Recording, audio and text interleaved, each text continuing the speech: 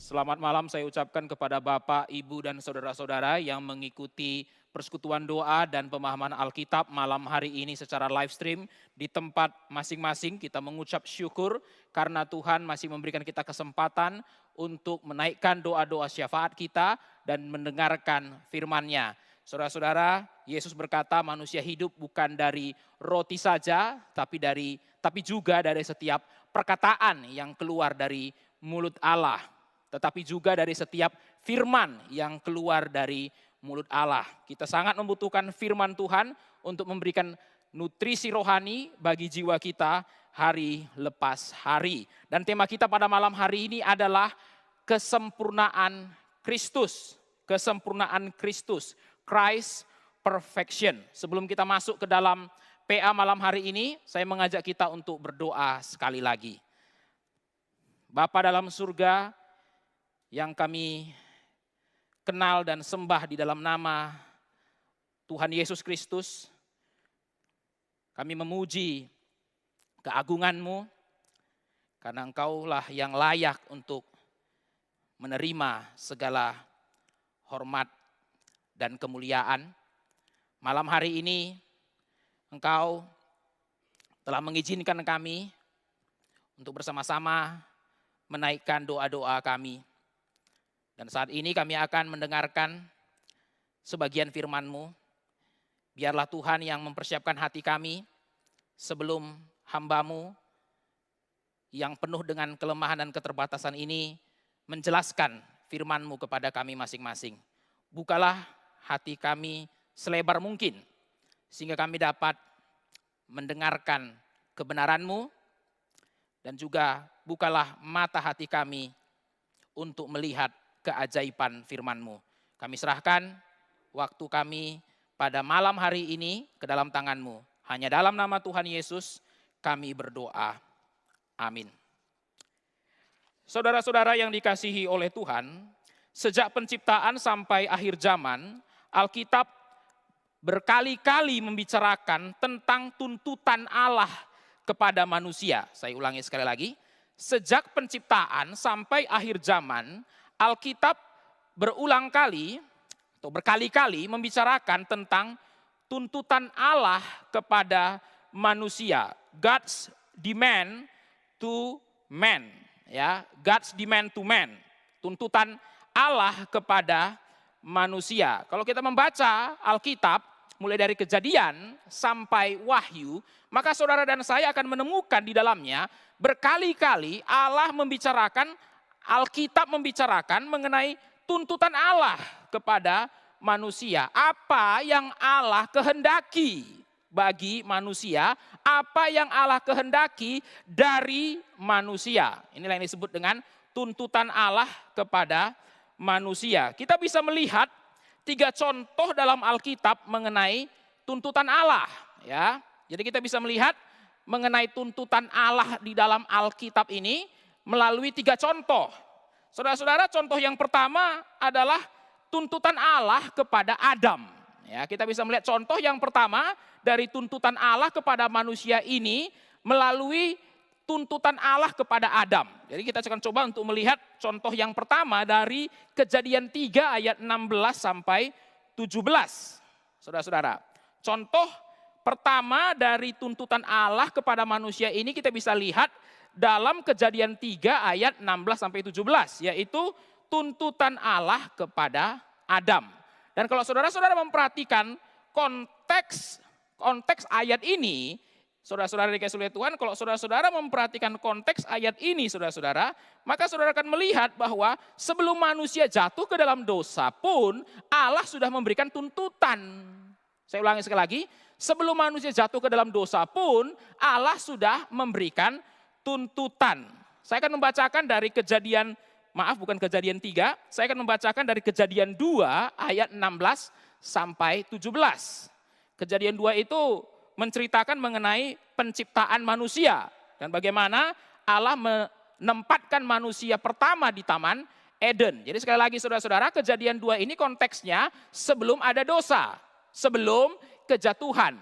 Dan sebelum ada dosa pun Allah sudah memberikan tuntutan kepada manusia. Allah sudah memberikan demand kepada manusia. Demikianlah firman Tuhan, semua pohon dalam taman ini boleh kau makan buahnya dengan bebas, tetapi pohon pengetahuan tentang yang baik dan yang jahat itu, janganlah kau makan buahnya, sebab pada hari engkau memakannya, pastilah engkau mati. Saya akan bacakan sekali lagi. Semua pohon dalam taman ini boleh kau makan buahnya dengan bebas, tetapi pohon pengetahuan tentang yang baik dan yang jahat itu, janganlah kau makan buahnya. Saudara perhatikan kalimat, janganlah kau makan buahnya.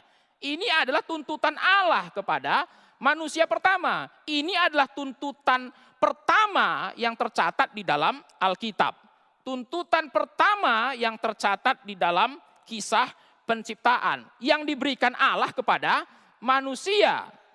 Yang diberikan Allah kepada manusia. Dan isi dari tuntutan itu adalah janganlah kau makan buahnya. Allah menuntut manusia pertama itu untuk taat. Dalam hal apa? Dalam hal makan buah. Dalam hal makan buah pohon pengetahuan yang baik dan jahat. Semua pohon dalam taman ini boleh kau makan buahnya dengan bebas. Tetapi pohon pengetahuan tentang yang baik dan yang jahat, janganlah kau makan buahnya. Sebab pada hari engkau memakannya, pastilah engkau mati. Saudara-saudara yang kasih Tuhan, sekali lagi saya ingatkan, ini adalah tuntutan pertama dari Allah kepada manusia pertama. Tuntutan pertama dari Allah kepada manusia pertama. Dan isi tuntutan itu adalah jangan makan buah pohon yang dilarang oleh Tuhan. Sebelum ada dosa sudah ada larangan. Sebelum ada dosa sudah ada tuntutan. Sebelum ada dosa, saudara kasih oleh Tuhan, ada ketaatan. Sebelum ada dosa ada larangan. Sebelum ada dosa ada tuntutan. Dan sebelum ada dosa ada ketaatan. Jadi dari sejak awal pun Allah sudah memberikan tuntutan kepada manusia. Itu contoh yang pertama. Sekarang kita melihat contoh yang kedua, yaitu tuntutan Allah kepada Abraham. Ya, God's demand to Abraham. Mari kita lihat Kejadian 17 ayat 1. Dalam Kejadian 17 ayat 1 kita bisa melihat tuntutan Allah kepada Abraham. Abraham adalah nenek moyang bangsa Israel yang dipanggil keluar dari Ur Kasdim. Dia harus meninggalkan kampung halamannya, dia harus meninggalkan rumah ayah dan ibunya, dia harus meninggalkan keluarganya karena Tuhan ingin membangun sebuah bangsa melalui Abraham. Karena Allah ingin membangun sebuah bangsa melalui dia. Padahal Abraham pada saat itu tidak memiliki satu orang anak pun.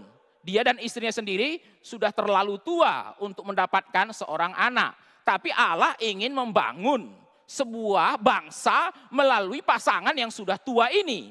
Pasangan yang sudah tidak mungkin mempunyai satu orang anak ini.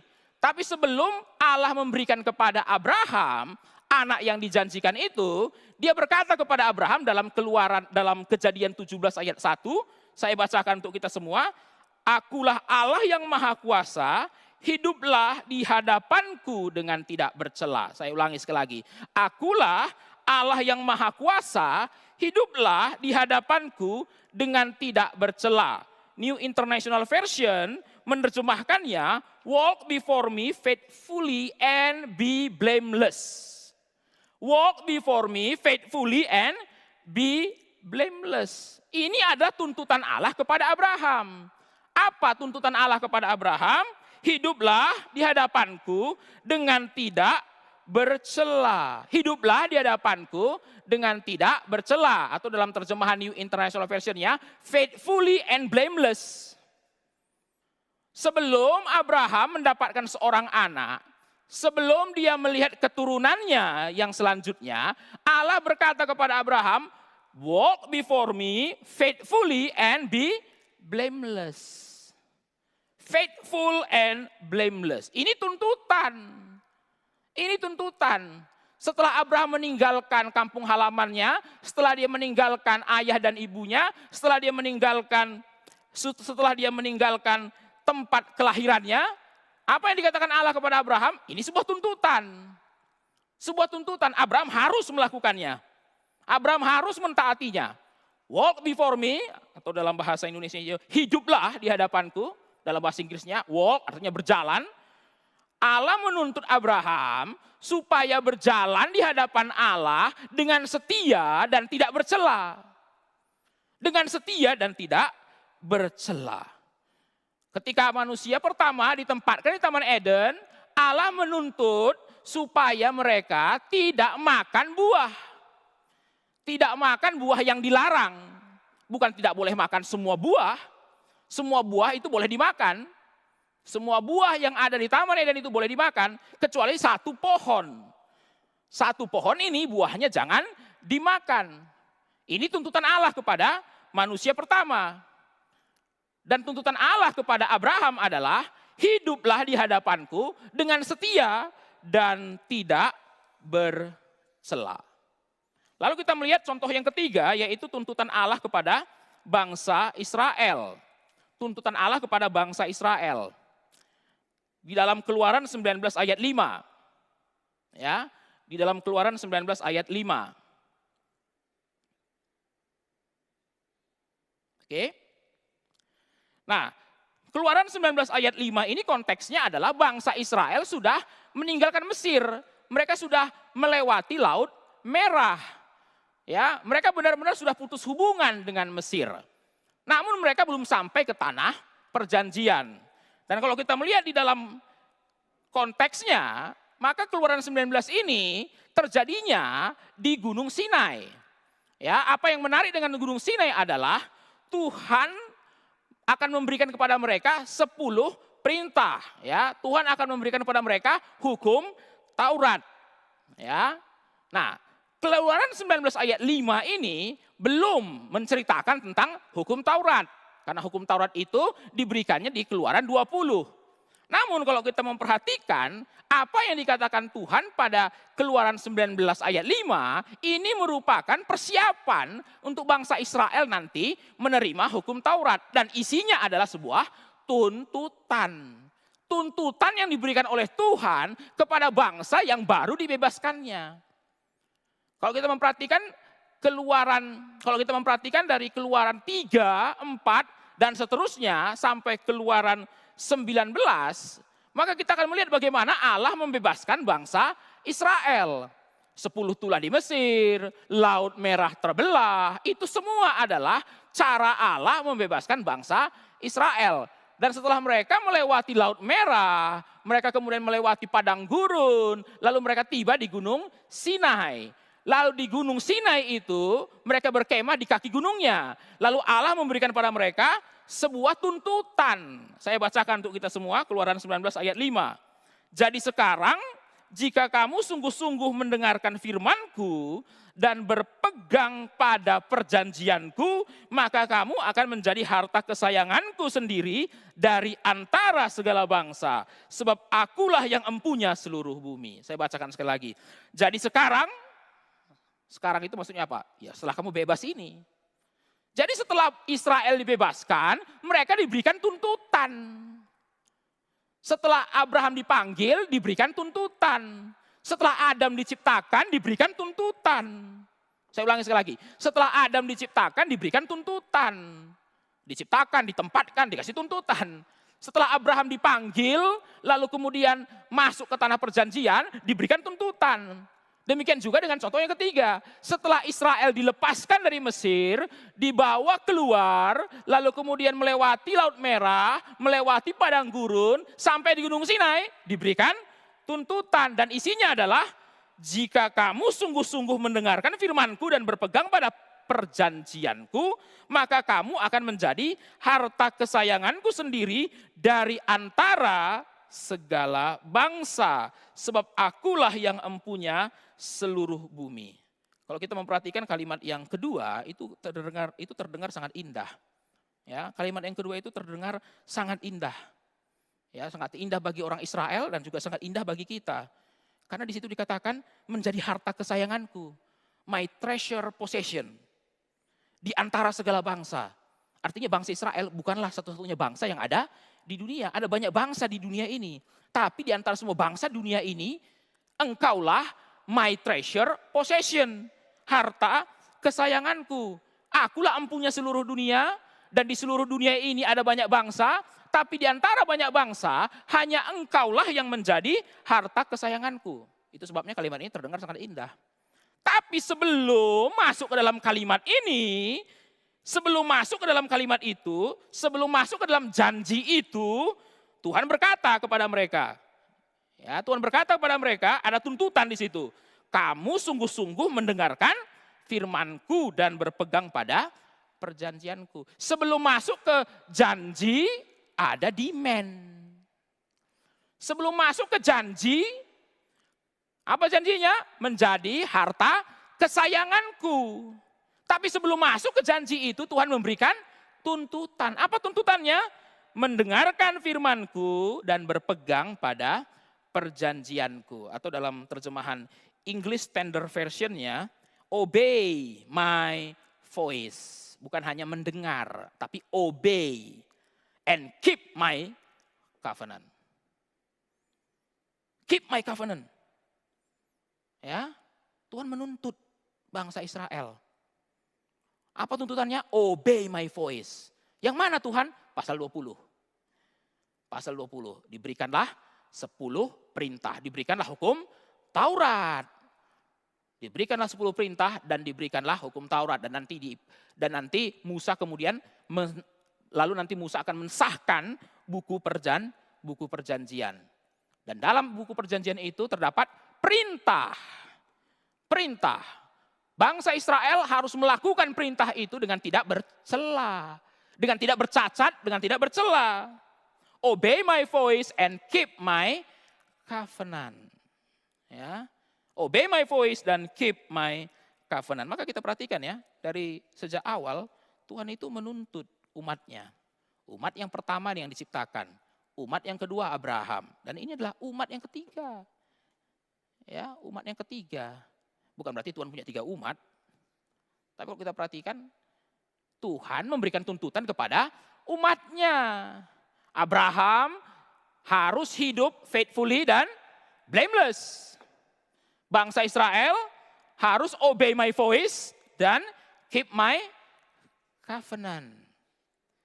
Ya, jadi kita bisa melihat 3 contoh tuntutan Allah kepada manusia.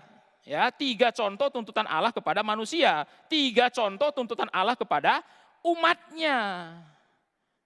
Ya, maka sebagai umat Allah, kalau memang kita mengaku umat Allah, kita harus sensitif pada tuntutan Allah. Saya ulangi, sebagai umat Allah, kalau memang kita mengaku umat Allah, maka kita harus sensitif terhadap tuntutan Allah.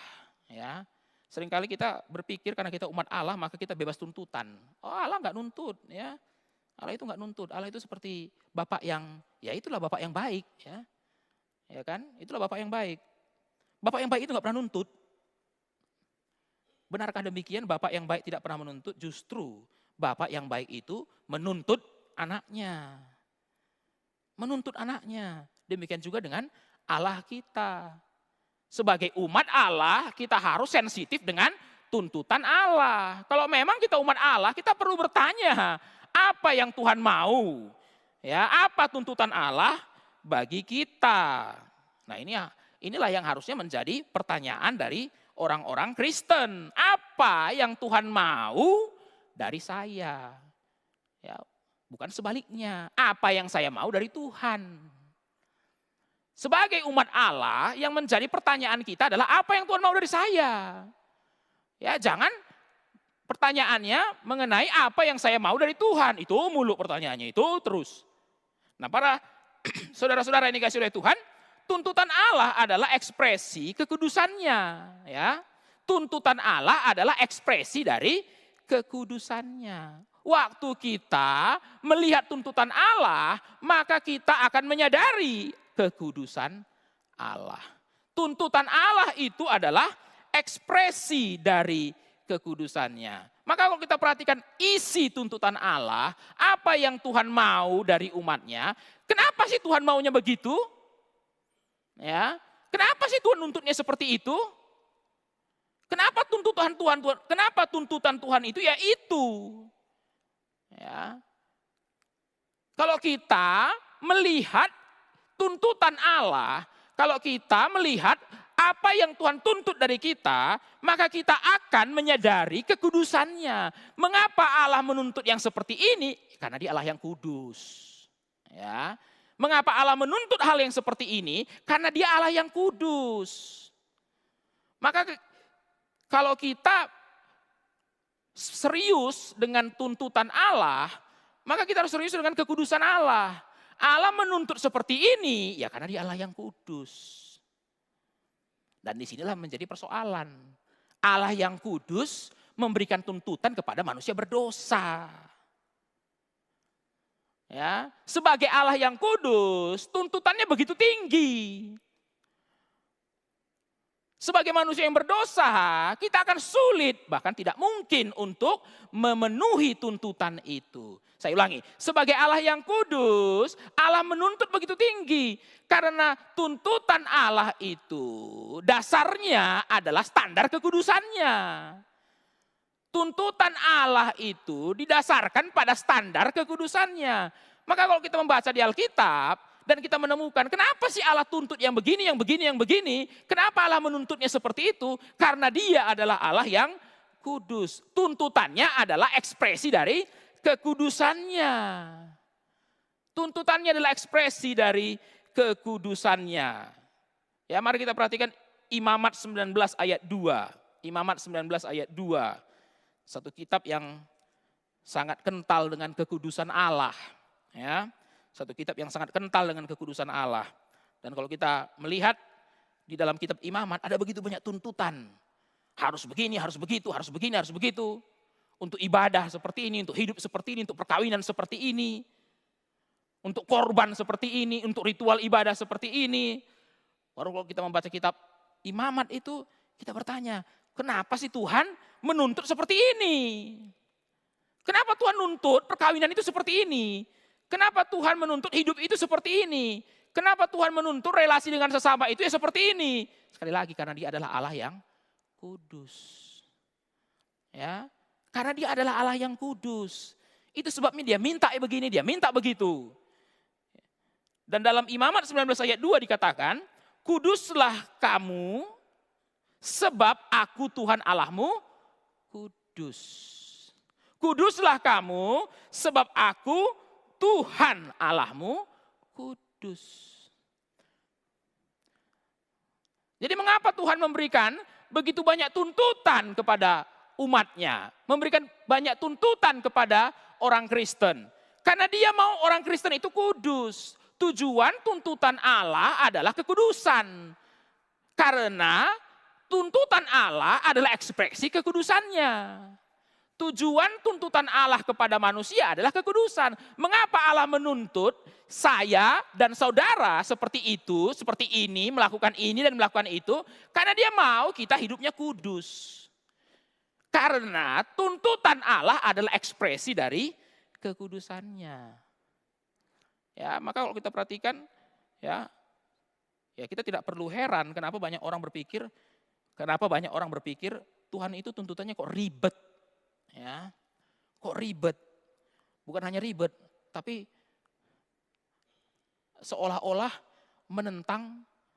bertentangan dengan kenyamanan saya.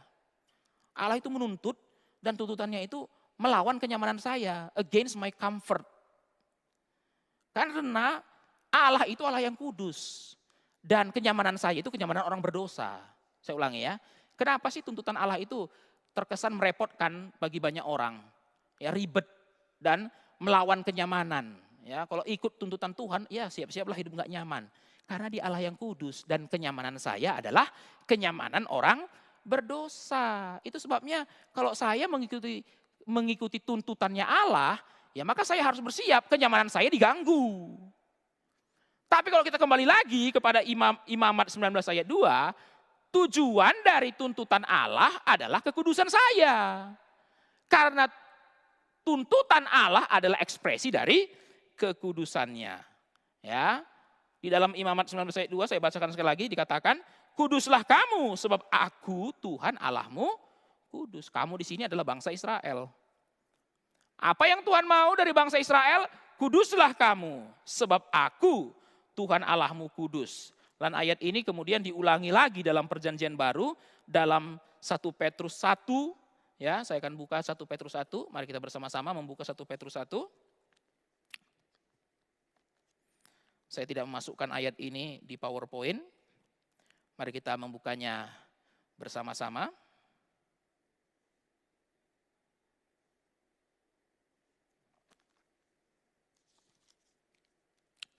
1 Petrus 1 ayat 15. Tetapi hendaklah kamu menjadi kudus di dalam seluruh hidupmu, sama seperti Dia yang kudus yang telah memanggil kamu. Sebab ada tertulis, kuduslah kamu sebab aku kudus. Ini tentu saja konteksnya berbeda dengan imamat, ya. Karena Petrus ini di perjanjian baru, 1 Petrus di perjanjian baru. Ya, tapi ini justru menunjukkan bahwa apa yang Tuhan mau kepada umatnya di perjanjian lama juga berlaku untuk umatnya di perjanjian baru. Dan pada ayat yang ke-15, 1 Petrus 1 ayat 15, sebelum nanti Petrus mengutip dari Imamat 19, Petrus mengatakan, hendaklah kamu menjadi kudus di dalam seluruh hidupmu. Sama seperti Dia yang kudus. Sekali lagi saya ingatkan, tuntutan Tuhan itu begitu tinggi. Tuntutan Tuhan itu begitu tinggi. Ya. Mustahil untuk dilakukan oleh saudara dan saya sebagai manusia berdosa. Tuntutan Tuhan itu begitu tinggi karena Dia adalah Allah yang kudus, karena kekudusannya, dan mustahil untuk dilakukan oleh manusia berdosa seperti saudara dan saya. Kita lihat lagi ayat yang lain, Roma 7 ayat 12. Roma 7 ayat 12. Hukum Taurat adalah kudus dan perintah itu juga adalah kudus, benar dan baik. Hukum Taurat adalah kudus, ya, dan perintah itu juga adalah kudus, benar dan baik. Garis bawahi kata hukum dan perintah. Ya, ini merujuk kepada hal yang sama, hukum dan perintah. Dan di dalam hukum dan perintah, kita melihat tuntutan Allah. Di dalam hukum dan perintah, kita melihat tuntutan Allah. Tapi apa kata Paulus di sini? Hukum Taurat adalah kudus. Waktu kita membaca hukum Taurat, waktu kita membaca perintah Allah, maka kita akan melihat di dalamnya tuntutan Allah. Ya, supaya kita tahu apa sih yang Tuhan tuntut. Ya bacalah hukum Taurat, bacalah perintah Allah. Dan di dalam hukum Taurat dan perintah Allah itu terekspresikan kekudusan Allah. Ya, kalau kita ingin membayangkan kekudusan Allah, ya baca hukum Taurat.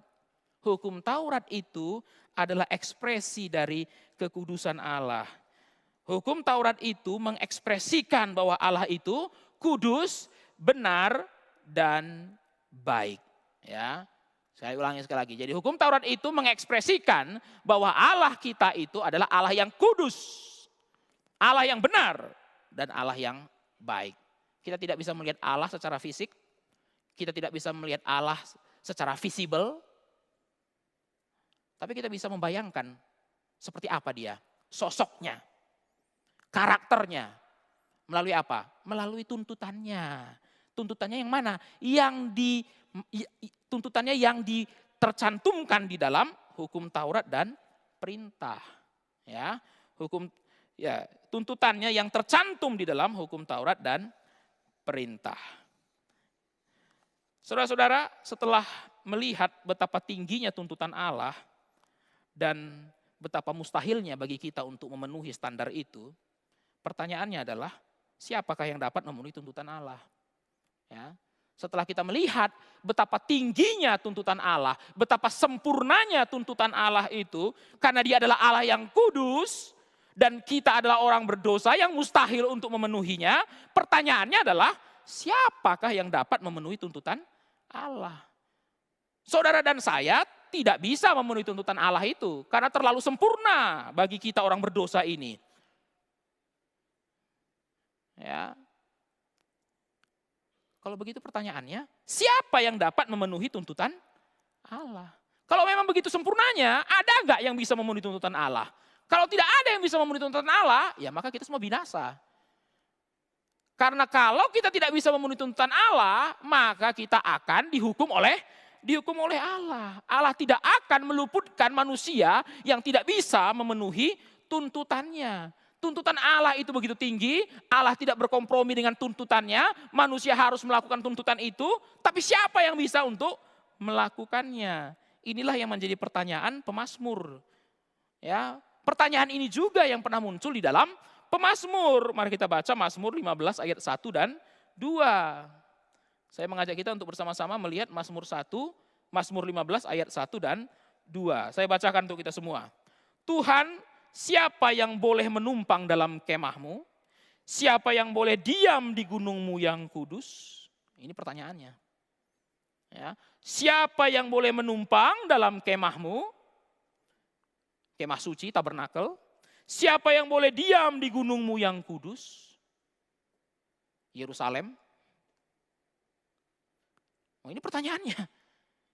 Ya, membayangkan Allah yang sempurna, yang kudus seperti itu dengan segala tuntutannya, maka pertanyaannya siapa yang dapat menumpang dalam kemahmu? Siapa yang boleh menumpang dalam kemahmu? Siapa yang boleh diam di gunungmu yang kudus? Ya, kemah itu kemah suci, gunung itu gunung yang kudus. Siapa yang boleh diam dan numpang di sana? Ini pertanyaannya. Ya, ini pertanyaannya. Siapa yang bisa dekat denganmu?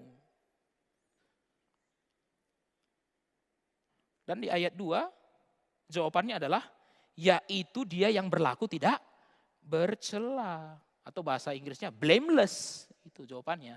Yaitu dia yang berlaku tidak bercela. Pertanyaannya siapa? Siapa yang bisa menjawab pertanyaan ini? Dan siapa yang berani mengatakan dialah yang tidak berlaku bercela itu?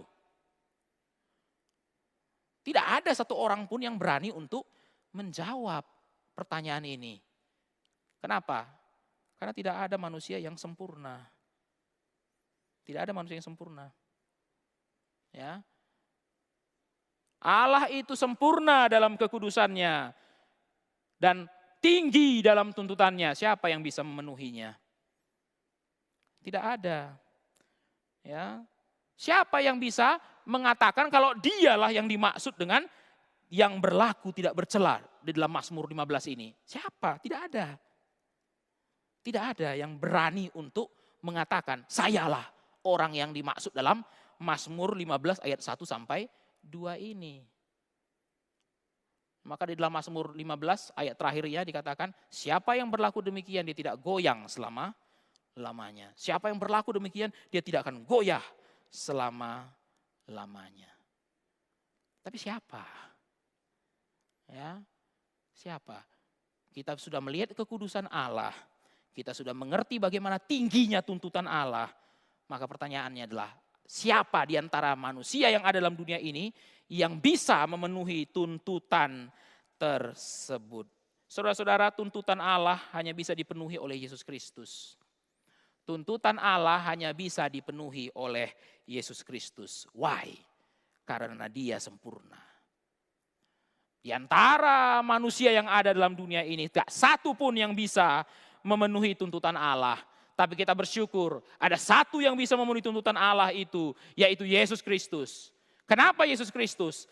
Karena Dia sempurna. Kesempurnaan Kristus menjadikannya sebagai satu-satunya yang dapat memenuhi tuntutan Allah. Kesempurnaan Kristus menjadikannya sebagai satu-satunya yang dapat memenuhi tuntutan Allah. Mengapa kita butuh Kristus? Karena Dialah satu-satunya yang sempurna. Mengapa kita butuh Kristus? Karena tuntutan Allah itu sempurna. Maka hanya yang sempurna yang bisa memenuhi tuntutan yang sempurna itu. Mengapa kita butuh Kristus? Karena kalau bukan Dia, tidak ada satupun yang bisa memenuhi tuntutan Allah. Sebagai orang Kristen, saya berharap kita malam hari ini mengerti kenapa kita butuh Kristus. Dan mengapa dunia ini butuh Kristus. Mengapa kita butuh Kristus? Karena kesempurnaannya. Kesempurnaan Kristus menjadikannya sebagai satu-satunya yang dapat memenuhi tuntutan Allah. Kalau Kristus hanyalah salah satu di antara banyak manusia, kita nggak butuh. Kalau dia hanyalah salah satu di antara banyak manusia, kita nggak butuh. Tapi karena dia adalah satu-satunya yang sempurna di antara semua manusia, kita butuh dia. Kita butuh dia. Saudara-saudara dikasih oleh Tuhan, kita tidak perlu mencari kemana-mana untuk melihat ketidaksempurnaan kita. Ya. Manusia itu tidak perlu mencari jauh-jauh untuk melihat ketidaksempurnaannya. Manusia itu tahu kok dia tidak sempurna. Tidak sempurna dalam banyak hal. Secara fisik tidak sempurna, secara intelektual tidak sempurna, secara moral tidak sempurna. Ya. Sesama manusia hanya membandingkan siapa yang lebih dan siapa yang kurang kesempurnaannya. Tapi sama-sama tidak sempurna. Ya. Sama-sama tidak sempurna. Yang kita bisa lakukan hanyalah membandingkan diri dengan orang yang lebih tidak sempurna dengan kita. Padahal kita sendiri pun tidak sempurna. Tapi melihat orang lain yang lebih tidak sempurna, ya membuat kita merasa lebih sempurna daripada orang itu. Padahal kita sendiri tidak sempurna. Kita tidak perlu mencari bukti terlalu jauh untuk melihat ketidaksempurnaan kita. Orang yang paling baik pun akan mengatakan dirinya tidak sempurna. Orang yang paling baik pun akan menyatakan dirinya tidak sempurna. Justru kalau dia orang baik tidak mau mengaku ketidaksempurnaan, maka dia bukan orang baik. Orang yang baik itu akan rendah hati mengakui ketidaksempurnaannya. Ya, orang baik bukan orang sempurna, maka dia dengan rendah hati mengakui ketidaksempurnaannya. Itulah orang baik.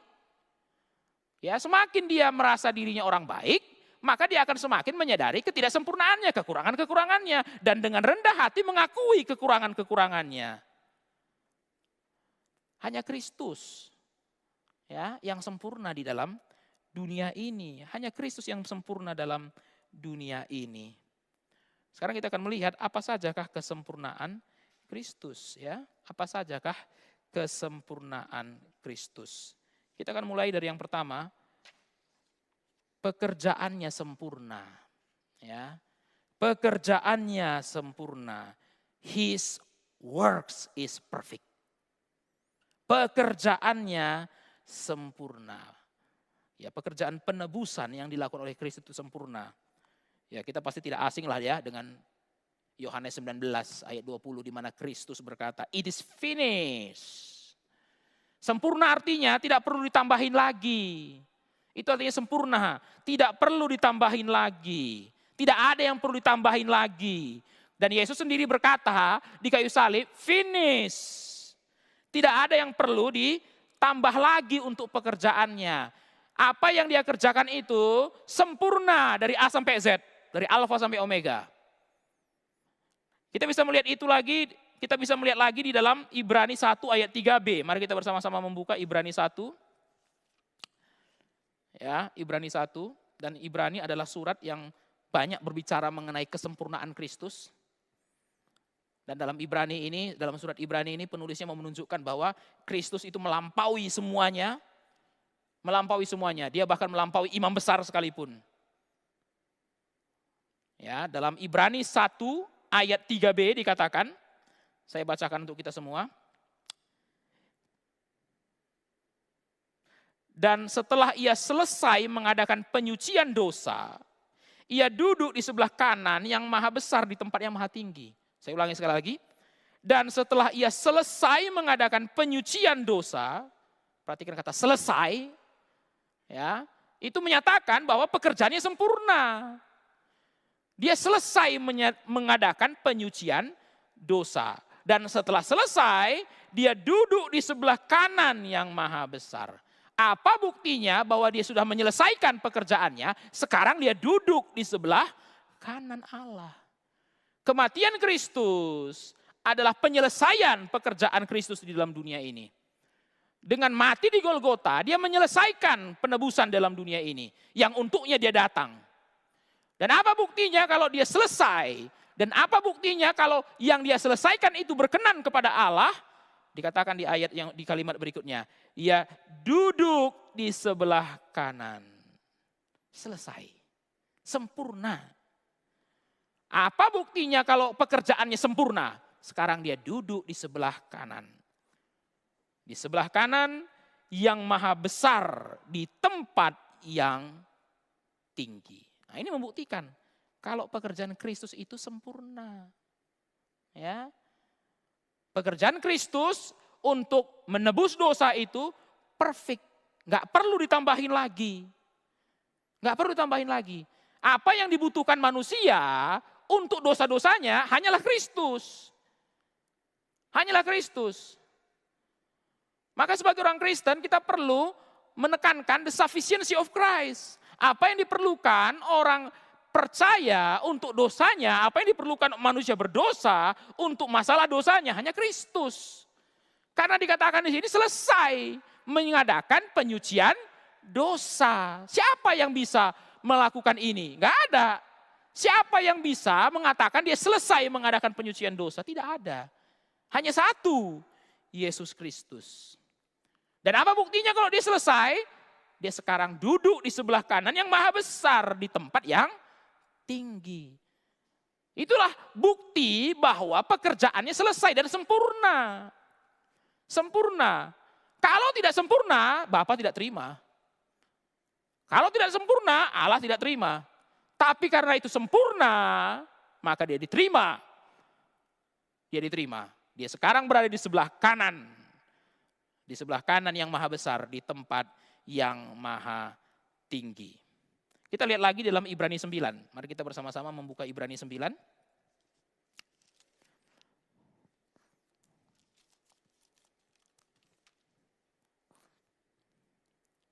Nah, Ibrani 9 ini membandingkan Yesus dengan imam besar. Ibrani 9 ayat 25. Saya bacakan untuk kita semua. Dan Yesus bukan masuk untuk berulang-ulang mempersembahkan dirinya sendiri, sebagaimana imam besar setiap tahun masuk ke dalam tempat kudus dengan darah, ya, dengan darah yang bukan darahnya sendiri. Ini adalah suatu perbandingan dengan korban di Perjanjian Lama. Ya, inilah suatu perbandingan dengan korban di Perjanjian Lama. Tapi ada bedanya Kristus dengan korban di Perjanjian Lama. Kenapa? Korban di Perjanjian Lama tidak sempurna. Karya korban di Perjanjian Lama itu tidak sempurna. Ya, itu sebabnya imam besar itu harus masuk setiap tahun. Harus masuk setiap tahun.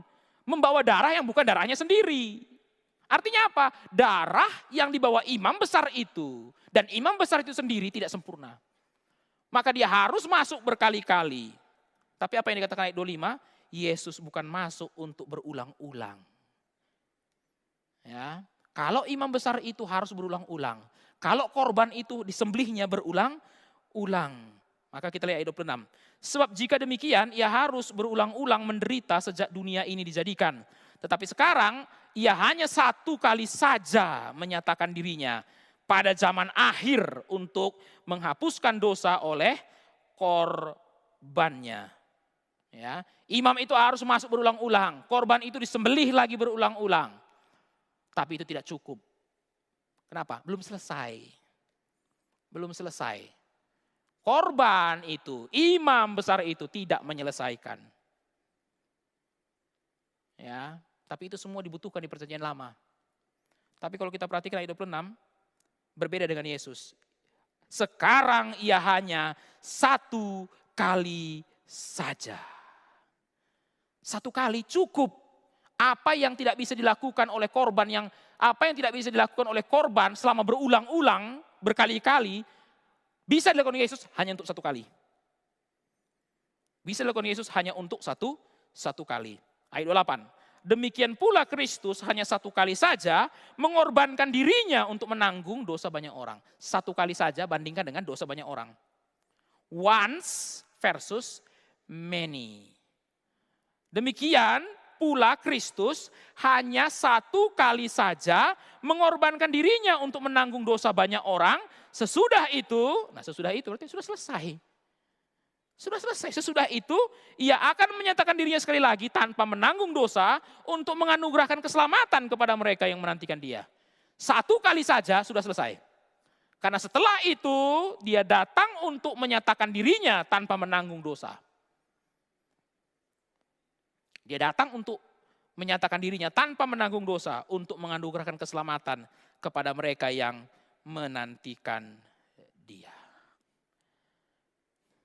Kita mengucap syukur karena memiliki Kristus yang pekerjaannya sempurna. Kristus yang pekerjaannya sempurna. Yang kedua, pengampunannya sempurna. Ya, pengampunannya sempurna. Saudara-saudara, pengampunan yang kita terima itu pengampunan yang sempurna. Karena berasal dari pekerjaan yang sempurna. Pengampunan yang kamu dan saya terima inilah pengampunan yang sempurna. Perfect forgiveness. Maka siapa yang diampuni oleh Allah, dia tidak perlu lagi ragu. Ya, mungkinkah di tengah jalan tiba-tiba Allah berubah pikiran? Siapa yang sudah diampuni oleh Allah, dia tidak perlu ragu bahwa suatu hari nanti Allah akan mengingat kembali dosanya. Tidak perlu berpikir seperti itu. Kenapa? Karena pengampunan yang diberikan oleh Kristus itu perfect. Perfect forgiveness. Artinya tidak ada lagi keraguan, tidak ada lagi pertanyaan di masa-masa yang akan datang. Pengampunannya sempurna, seperti yang dikatakan dalam Yesaya 43 ayat 25. Yesaya 43 ayat 25 mengatakan, akulah dia yang menghapus dosa pemberontakanmu oleh karena aku sendiri, dan tidak mengingat-ingat dosamu. Saya bacakan sekali lagi, akulah dia yang menghapus dosa pemberontakanmu oleh karena aku sendiri, dan aku tidak mengingat-ingat dosamu. Ini adalah gambaran kesempurnaan pengampunan. Sempurnanya pengampunan Tuhan itu sampai dikatakan tidak mengingat-ingat dosamu. Sempurnanya pengampunan Tuhan itu sampai dikatakan tidak mengingat-ingat dosamu. Ya, kita percaya Tuhan tidak mungkin amnesia sampai dia lupa ingatan. Ya. Tuhan tidak mungkin lupa ingatan. Tapi pengampunannya begitu sempurna sampai Tuhan berkata, aku tidak mengingat-ingat dosamu. Sempurna. Maka ini memberikan kepada hati nurani kita ketenangan. Karena pengampunan itu sempurna, hati nurani kita tenang. Tapi ini di perjanjian lama, maka kita bertanya, bagaimana ini akan digenapi? Sekarang kita lihat dulu Mika 7 ayat 19. Mika 7 ayat 19. Biarlah ia kembali menyayangi kita, menghapuskan kesalahan-kesalahan kita, melemparkan segala dosa kita ke dalam tubir-tubir laut. Biarlah ia kembali menyayangi kita, menghapuskan kesalahan-kesalahan kita, dan melemparkan segala dosa kita ke dalam tubir-tubir laut. Konteks dari Mika ini adalah, konteks dari kitab Mika ini adalah bangsa Israel yang sedang dihukum oleh Tuhan. Ya, bangsa Yehuda yang sedang dihukum oleh Tuhan. Inilah konteks dari Mika. Di dalam konteks penghukuman Tuhan inilah Mika berkata, biarlah Tuhan kembali menyayangi kita, menghapuskan kesalahan-kesalahan kita, melemparkan segala dosa kita ke dalam tubir-tubir laut. Ini adalah gambaran kesempurnaan pengampunan. Bahwa Tuhan tidak akan mengungkit dosa kita lagi. Ya, dia menghapuskan kesalahan-kesalahan kita, melempar segala dosa kita ke dalam tubir-tubir laut. Sesuatu yang tidak mungkin lagi dibawa keluar. Tidak ada orang yang bisa masuk lagi ke situ untuk menariknya keluar. Karena Tuhan sudah melemparkannya ke sana, maka tidak ada lagi yang bisa menariknya keluar. Seperti itulah sempurnanya pengampunan Tuhan. Maka biarlah hati nurani kita bisa merasa tentram. Hati nurani kita bisa merasa tentram. Kalau memang kita sudah diampuni, maka pengampunan yang kita terima itu adalah pengampunan yang sempurna. Demikian juga dikatakan dalam Mazmur 10, Mazmur 103 ayat 12. Dalam Mazmur 103 ayat 12 dikatakan, sejauh timur dari barat, demikian dijauhkannya daripada kita pelanggaran kita. Sejauh timur dari barat, demikian dijauhkannya daripada kita pelanggaran kita. Sejauh apa dikatakan? Dari timur ke barat. Pengampunan Allah itu sempurna di dalam Kristus. Di dalam Kristus kita menerima perfect forgiveness. Mengapa Allah melupakan dosa kita? Karena Kristus. Ya. Mengapa Allah melupakan dosa kita? Bukan karena dia hilang ingatan, bukan. Bukan karena dia kemudian mengkompromikan kekudusannya, bukan. Mengapa Allah melupakan dosa kita? Bukan karena dia hilang ingatan. Bukan karena dia mengkompromikan kekudusannya. Allah melupakan dosa kita karena Kristus. Karena Kristus. Inilah alasan Allah melupakan dosa kita. Sebab itulah kenapa dikatakan di dalam Kristus pengampunannya sempurna. Pengampunannya sempurna. Dan cerita mengenai pengampunan yang sempurna ini cerita mengenai pengampunan yang sempurna ini juga ditunjukkan dalam Lukas 7 ayat 36 sampai 50. Saya mengajak kita untuk membuka bagian ini. Lukas 7 ayat 36 sampai 50.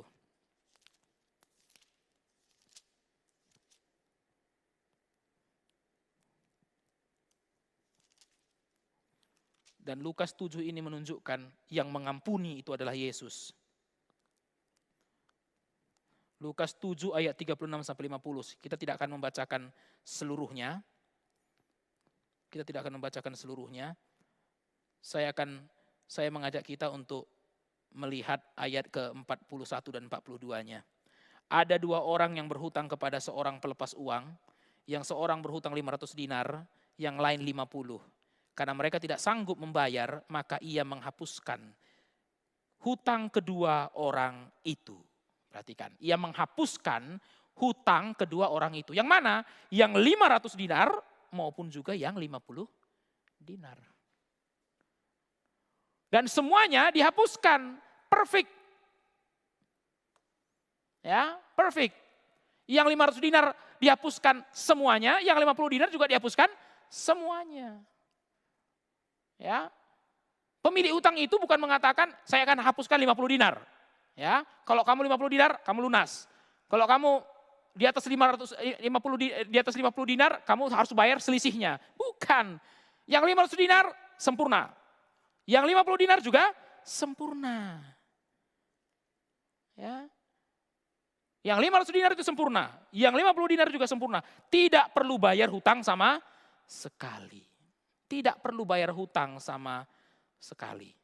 Ya, sekarang tergantung ke bagaimana kita pembacaan ceritanya. Ya, apakah kita menempatkan diri kita di posisi yang 500 dinar atau kita di posisi yang 50 dinar, itu persoalan kita.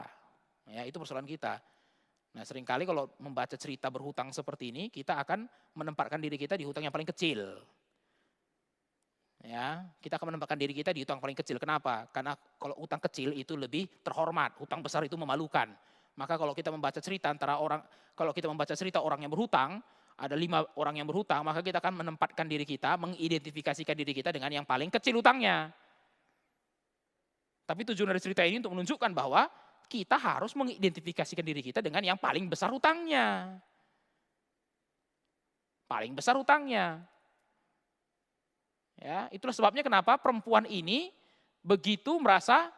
kenapa perempuan ini bisa melakukan kasih yang begitu besar kepada Yesus Kristus. Kenapa? Karena dia paling sadar hutangnya begitu besar. Orang yang hutangnya kecil tidak merasa sadar diampuni. Tapi orang yang hutangnya begitu besar, dia akan terasa sekali menyadari diampuni. Tapi kalau kita perhatikan di sini, apa yang mau digambarkan Yesus? Bahwa pengampunan itu perfect. Perfect, sempurna. Ya, yang 500 dinar tidak disisakan, 450 dinar. Yang 50 dinar tidak disisakan, 50 dinar. Semua sempurna, diampuni dosanya. Semua sempurna diampuni dosanya. Para saudara yang dikasihi oleh Tuhan, biarlah kita memiliki rasa syukur yang mendalam karena kita sudah menerima pengampunan yang sempurna. Memiliki rasa syukur yang mendalam karena kita memiliki pengampunan yang sempurna. Di tengah-tengah kehidupan kita, Apa yang membuat kita mengucap syukur? Perfect forgiveness itu. Perfect forgiveness itu. Tapi pertanyaannya, kalau kita menerima pengampunan sebesar itu, kita memberikannya sebesar itu nggak kepada orang lain? Kalau kita memang menerima pengampunan yang sempurna seperti itu, kita melakukannya, memberikannya enggak kepada orang lain? Mengampuni orang lain seperti itu enggak? Kita lanjutkan sekarang yang ketiga. Yang ketiga adalah kemenangannya, ya. Kemenangannya sempurna. Yang pertama tadi pekerjaannya sempurna. Yang kedua pengampunannya sempurna. Yang ketiga kemenangannya sempurna. Mari kita lihat Kolose 3 ayat 14 sampai 15. Kolose 3 ayat 14 sampai 15. Saya akan bacakan untuk kita semua. Dengan menghapuskan surat hutang yang oleh ketentuan-ketentuan hukum mendakwa dan mengancam kita, dan itu ditiadakannya dengan memakukannya pada kayu salib, ia telah melucuti pemerintah-pemerintah dan penguasa-penguasa dan menjadikan mereka tontonan umum dalam kemenangannya atas mereka. Kemenangan Kristus sempurna. Sempurna. Itulah sebabnya kita percaya bahwa Dia saat ini bertahta di atas segala-galanya. Karena Dia sudah menang dengan sempurna. Tidak ada orang yang bisa menggoyangkan kekuasaannya. Dan bagaimana Dia mendapatkan kemenangan itu? Dengan salib. Salib Kristus adalah kemenangan Kristus itu sendiri. Ia telah melucuti pemerintah-pemerintah dan penguasa-penguasa dan menjadikan mereka tontonan umum dalam kemenangannya atas mereka. Kemenangan Kristus sempurna. Ya. Maka di dalam Kristus kita sudah mendapatkan kemenangan sempurna. Kita memang masih berada dalam pencobaan. Setiap orang percaya masih bisa dia cobai. Kita masih bergumul dengan keinginan daging kita. Kita masih bergumul dengan manusia lama kita. Tapi ingat satu fakta ini. Engkau dan saya berada di dalam Kristus yang sudah menang. Engkau dan saya berada dalam Kristus yang sudah menang. Maka pencobaan apapun yang sedang kita alami, kita harus ingat baik-baik, posisi kita ada di dalam Kristus yang sudah menang. Kita bukan berarti main-main dengan pencobaan, kita bukan berarti mencari-cari pencobaan, tapi kita harus ingat baik-baik, ketika kita berada di dalam pencobaan, kita berada di dalam Kristus yang sudah menang. Dia sudah melucuti pemerintah, penguasa, dan menjadikan mereka tontonan umum dalam kemenangannya atas mereka. Matius 28 ayat 18. Matius 28 ayat 18. Kalimat pengantar menuju amanat agung. Kepada aku telah diberikan segala kuasa. Perhatikan kata segala kuasa itu. Kepada aku telah diberikan segala kuasa di sorga dan di bumi. Tidak ada keraguan lagi akan kemenangan Kristus. Kita tidak perlu menunggu Yesus datang kedua kali baru kita tahu dia menang. Kemenangan Kristus itu sudah dideklarasikannya ketika dia bangkit dan naik ke surga. Sebelum naik ke surga dia berkata, kepadaku telah diberikan segala kuasa di sorga dan di bumi. Maka kita sebagai orang Kristen harus memiliki cara pandang yang benar melihat hidup ini. Ya, apakah kita hidup di tengah-tengah dunia yang penuh pencobaan? Apakah kita hidup di tengah-tengah dunia yang penuh kesulitan, penderitaan? Ya, kita hidup di situ. Tapi ingat baik-baik, kita berada di dalam Kristus yang sudah menang. Kita berada dalam Kristus yang sudah menang. Saudara-saudara dikasihi oleh Tuhan, kemenangan Kristus itu harusnya memberikan kepada kita pengharapan. Kemenangan Kristus itu memberikan kepada kita pengharapan. Betapa sulit pun menghadapi hidup ini, kita bersama dengan yang menang. Kita bersama dengan yang menang. Kemenangan Kristus ini juga menjadi nyanyian pujian di dalam Wahyu pasal 5. Wahyu pasal 5. Di dalam Wahyu pasal 5 ada satu nyanyian. Nyanyian itu adalah pujian pada kemenangan Kristus. Saya bacakan untuk kita semua. 5 ayat 9. Engkau layak menerima gulungan kitab itu dan membuka meterai-meterainya. Karena engkau telah disembelih dan dengan darahmu engkau telah membeli mereka bagi Allah dari tiap-tiap suku dan bahasa dan kaum dan bangsa. Sampai di sini saya kita melihat ya bahwa Kristus itu sudah menang. Dan dia karena dia menang, dia membeli umat pilihan bagi Allah. Dia membeli umat pilihan bagi Allah. Saya lanjutkan. Dan engkau telah membuat mereka menjadi suatu kerajaan. Siapa rajanya? Kristus. Engkau telah membuat mereka menjadi suatu kerajaan dan menjadi imam-imam bagi Allah kita. Dan mereka akan memerintah sebagai raja di atas bumi. Ya, kita ini umat pilihan yang sudah dibeli. Dan kita memerintah karena kita menang. Tapi kenapa kita bisa menang? Karena kita bersama dengan yang menang itu, Kristus. Kita bersama dengan Dia yang sudah menang. Kemenangan Kristus itu sempurna, perfect victory. Ya, perfect victory. Tidak ada raja yang punya kemenangan seperti Kristus. Kemenangan Kristus itu kemenangan yang sempurna. Maka kalau kita perhatikan bagaimana Kristus memenangkan kita, Dia tidak pakai pedang. Dia tidak pakai pedang, Dia tidak pakai kekerasan. Kristus memenangkan kita dengan kasih-Nya yang membuat kita yang tadinya berontak kepada Dia menjadi taat kepadanya tanpa paksaan, tanpa kekerasan, tanpa senjata. Bagaimana Kristus memenangkan pengikutnya hari ini tanpa kekerasan, tanpa senjata. Kenapa? Karena Dia sudah menang. Karena Dia sudah menang. Kemenangan yang sempurna. Kemenangan yang sempurna. Yang keempat, penyediaannya perfect supply. Penyediaannya sempurna. Ya, kita butuh penyediaannya. Kita butuh spiritual supply. Karena tanpa itu kita tidak mungkin bisa menjalani kehidupan kita di tengah-tengah dunia ini. 2 Petrus 1 ayat 3 sampai 4. Saya bacakan untuk kita semua. 2 Petrus 1 ayat 3 sampai 4. Karena kuasa ilahinya telah menganugerahkan kepada kita segala sesuatu yang berguna untuk hidup yang saleh. Oleh pengenalan kita akan Dia yang telah memanggil kita oleh kuasanya yang mulia dan ajaib. Dengan jalan itu Ia telah menganugerahkan kepada kita janji-janji yang berharga dan yang sangat besar. Supaya olehnya kamu boleh mengambil bagian dalam kodrat ilahi dan luput dari hawa nafsu duniawi yang membinasakan dunia. Ini berbicara mengenai kehidupan baru orang Kristen. Dan kehidupan baru orang Kristen itu digambarkan, perhatikan baik-baik, kehidupan baru orang Kristen itu digambarkan mengambil bagian dalam kodrat ilahi dan luput dari hawa nafsu duniawi yang membinasakan dunia. Itulah kehidupan baru orang Kristen. Sebelum saya menjadi Kristen, saya tidak punya kehidupan baru. Tapi di dalam Kristus saya punya kehidupan yang baru. Dan kehidupan yang baru saya itu digambarkannya apa? Mengambil bagian dalam kodrat ilahi, luput dari hawa nafsu duniawi yang membinasakan dunia. Kok bisa?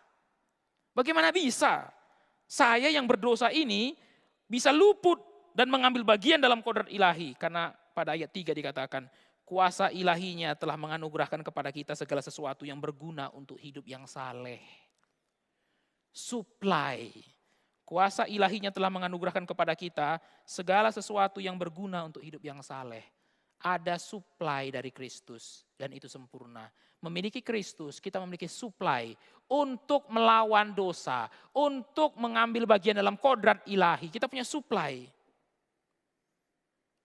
Ya, yang kita sebut dengan sanctification.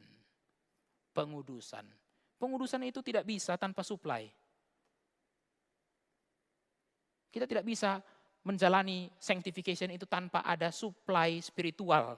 Tapi Kristus memberikan kepada kita spiritual supply dan itu sempurna.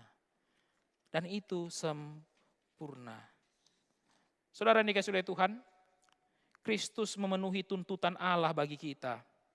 Kristus memenuhi tuntutan Allah bagi kita. Tuntutan Allah begitu sempurna, kita sudah lihat. Tapi Kristus yang memenuhi tuntutan Allah bagi kita. Sebab itu kita menyebutnya sebagai our righteousness.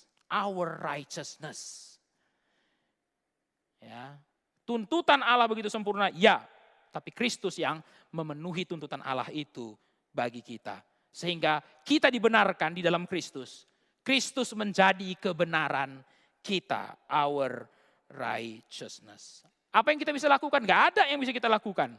Tapi Kristus sudah menjadi kebenaran kita. Kenapa? Sempurna. Sempurna. Kalau begitu bagian saya apa sekarang? Ya, Apa yang menjadi bagian saya?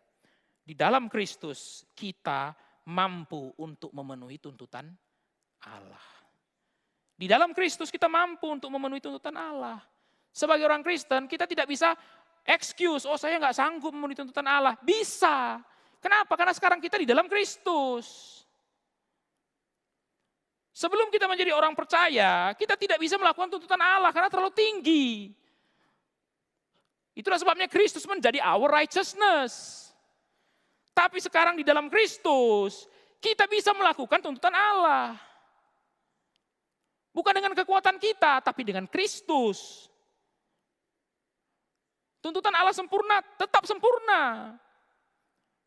Apakah kita harus melakukannya? Harus melakukannya. Itu sebabnya dalam 1 Petrus 1 tadi dikatakan ayat 14, kamu harus kudus dalam seluruh hidupmu. Seluruh hidupmu. Artinya apa? Allah ingin kita melakukan tuntutannya. Loh, tadi kan saya nggak bisa melakukan tuntutannya. Iya, karena saya berada di luar Kristus. Setelah saya menjadi milik Kristus, yang sempurna itu, di dalam Kristus, saya bisa memenuhi tuntutan Allah. Kita bisa memenuhi tuntutan Allah. Itulah sebabnya Kolose 1 ayat 28, ya. Kolose 1 ayat 28 mengkaitkan antara Kristus dengan kesempurnaan orang percaya.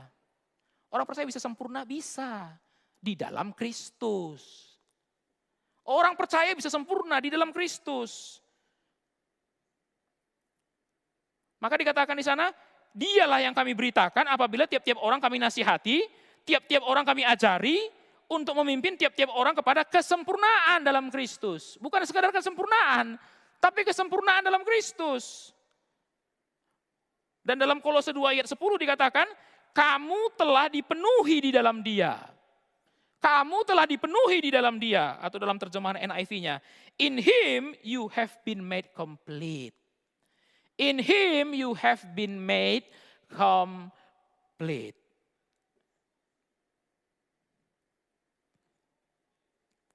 Di dalam Kristus kita sempurna. Dan kita bisa memenuhi tuntutan Allah yang sempurna itu. Maka apa yang kita butuhkan untuk memenuhi tuntutan Allah? Kristus. Tidak lain dan tidak bukan. Semakin orang menyadari betapa sempurnanya Allah, dia akan semakin menyadari ketidakberdayaan dia, dan dia semakin membutuhkan Kristus. Semakin orang menyadari kesempurnaan Allah, semakin dia menyadari ketidaksempurnaan dirinya, dan itu menyebabkan dia semakin membutuhkan Kristus. Apa yang kita butuhkan untuk memenuhi tuntutan Allah yang sempurna? Hanyalah Kristus yang sempurna. Saudara-saudara dikasihi oleh Tuhan, kalau kita melihat Kristus sempurna, maka kita tidak perlu malu mengakui. Kita tidak perlu malu untuk mengakui kegagalan kita. Kita tidak perlu malu untuk mengakui kebangkrutan kita. Tidak perlu malu untuk mengakui kelemahan-kelemahan kita. Karena memang itu adalah kita. Tapi apa kabar baik untuk kita semua? Kristus yang sempurna itu mau tinggal di dalam kita. Kristus yang sempurna itu mau berpihak kepada kita. Itulah penghiburan kita.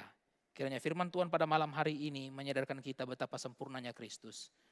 Menyadarkan kita betapa tidak sempurnanya kita. Menyadarkan kita betapa sempurnanya Allah. Dan menyadarkan kita betapa kita membutuhkan Kristus. Mari kita bersatu dalam doa. Bapa dalam surga, kami mengucap syukur kalau malam hari ini firman-Mu bisa disampaikan kepada setiap orang yang mengikuti PA Livestream ini.